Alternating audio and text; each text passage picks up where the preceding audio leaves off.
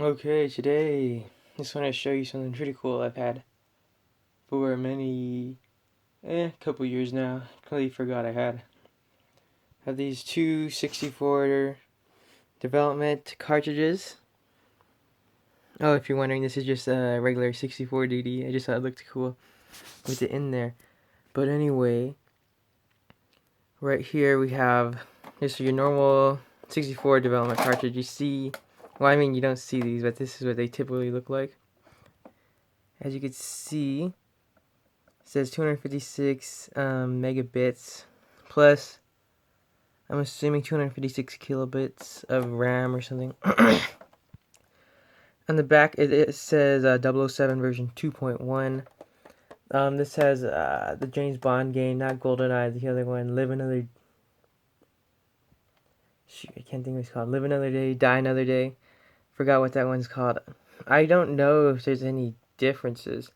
I've played it, but I don't know. It seemed like the normal version to me, but I really haven't played the normal version. So there could be differences. I don't know. 2.1 supposedly.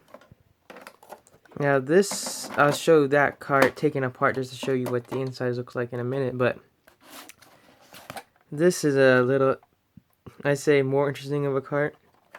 This is right here I can't see on this side. A RareWare cartridge, but it doesn't really do anything. As you can see, there's some pins right there. I have no idea what they do. It looks like a serial port right there. And is this a SCSI port?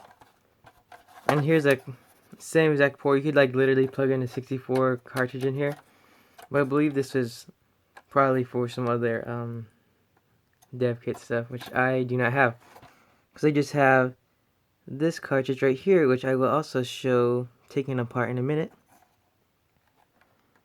But first, I will start with the other one. Okay, I am back. Also, I don't know if you could see it earlier in the video. Can't see, won't focus, but this cartridge does not use the typical Nintendo security bits. It just uses Phillips head. So here's what the inside of the board looks like. You can see it is quite a bit larger than your typical Nintendo 64 cartridge. Because here's a hand, and a normal 64 cartridge is not that big. Okay, so let's see what we got here. This side has a bunch of empty spots for flash memory, obviously. Probably if you have the 512 megabit version. This is only 256 though.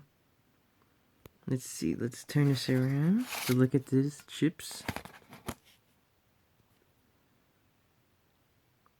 Okay, there you go. And now let's look at the back where there's flash chips.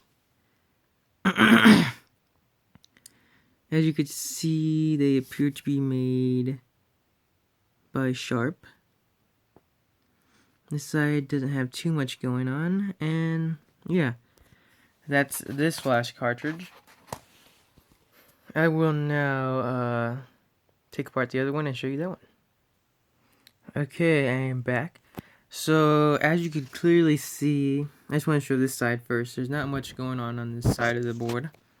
The interesting side is the other side. Let's see, as you can see, there is a lot more stuff going on in this board compared to the other dev cartridge. Let's see if I can see what this says right here.